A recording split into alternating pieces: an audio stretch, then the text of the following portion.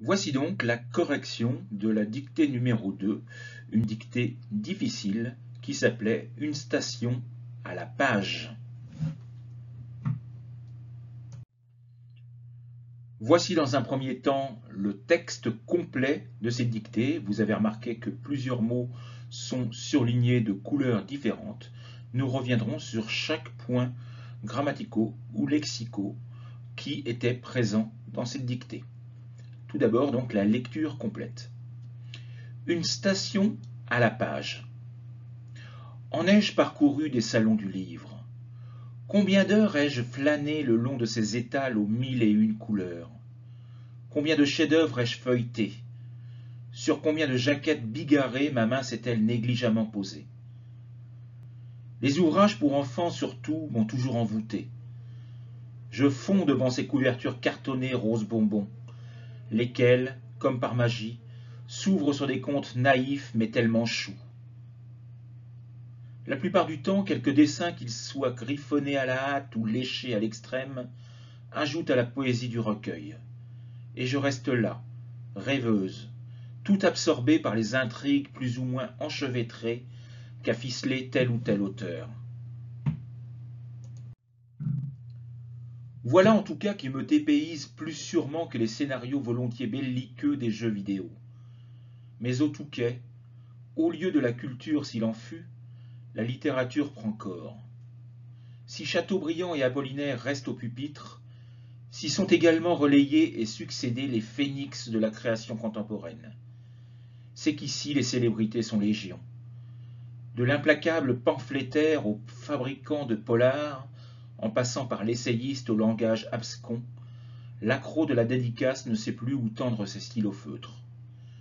Butant continuellement sur les quasi crocs-en-jambes que lui réservent ses rivaux, il ne s'en laisse pas compter et volette de table en table, telle l'abeille butineuse, vers les paraphes enviés dont il fera son miel.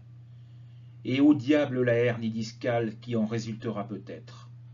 Foin des kilos qui, en l'honneur du bouquin, se sont mués en livres. L'essentiel n'était-il pas, comme le ressassent les bibliophiles, que l'on s'en payât une tranche?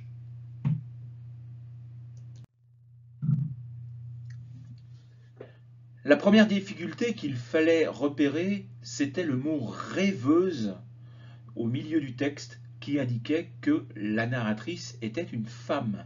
Et donc il y avait des accords qu'il fallait respecter en tenant compte du sexe, du genre de la narratrice. Alors revenons tout d'abord sur les accords des participes passés, et notamment ceux des verbes pronominaux. Je vous rappelle que le participe passé doit s'accorder quand le pronom réflexif joue le rôle de COD. C'était le cas dans les trois phrases « Ma main s'est-elle posée ?» Les phénix se sont relayés. Attention, il y avait une inversion sujet-verbe. Et les kilos se seront mués. Par contre, il ne doit pas s'accorder quand il y a un COD derrière. Il n'y avait pas d'exemple dans ce texte.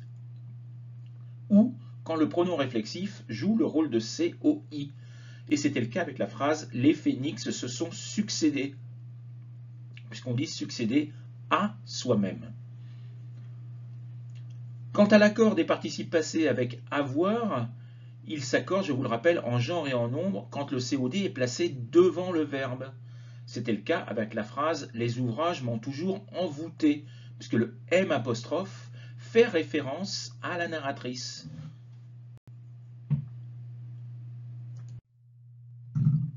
Les adverbes.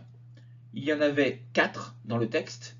Négligemment, qui vient de l'adjectif négligent, qui se termine en ENT, et donc les adverbes se forment toujours en E2M-ENT, comme dans récent, par exemple. Récent, récemment. Sûrement, même chose, on respecte la règle, on met le féminin, et ensuite on rajoute MENT. Continuellement, à partir de continu, il fallait penser à l'accent circonflexe. Et tout, l'adverbe tout est invariable quand il est suivi d'un adjectif qui commence par une voyelle ou par un H muet, et c'était le cas ici. Il y avait un subjonctif imparfait, c'était que l'on s'en paya une tranche, Donc PA, A, T, avec un accent circonflexe sur le A. Il y avait de nombreux adjectifs qui sont en fait des participes passés, qui sont utilisés comme adjectifs. Et dans ces cas-là, le participe passé, utilisé comme adjectif, s'accorde toujours en genre et en nombre avec le nom auquel il se réfère.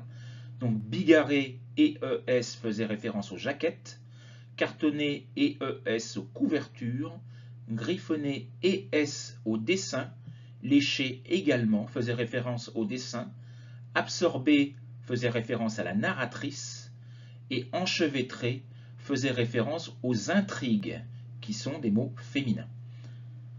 Il y avait également quelques expressions compliquées. Sans laisser compter, ou plutôt ne pas s'en laisser compter, c'est ne pas être dupe, ne pas croire ce qui est raconté. Quand on dit que quelque chose est légion, c'est qu'il est très fréquent, il y en a beaucoup. Quand on dit foin de quelque chose, ça veut dire qu'on marque le dédain, le mépris, l'aversion.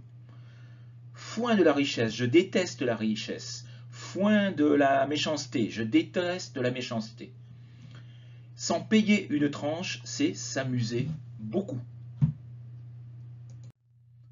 Et vous aviez également plusieurs adjectifs qui posaient problème. 1000, qui est toujours invariable, on ne met jamais de S à 1000 et on ne l'écrit jamais M-I-L. Rose bonbon, les adjectifs de couleur composés sont toujours invariables. Chou et vidéo sont des adjectifs qui sont invariables. Absconce, attention, le singulier se termine par un S, donc il ne fallait pas oublier le S, même au singulier. Et des crocs en jambes, attention à ce mot, jambe, il n'y en a qu'une. On fait un croc à une seule jambe, pas aux deux. Donc voilà les grandes difficultés qui étaient présentes dans cette dictée. Merci, au revoir.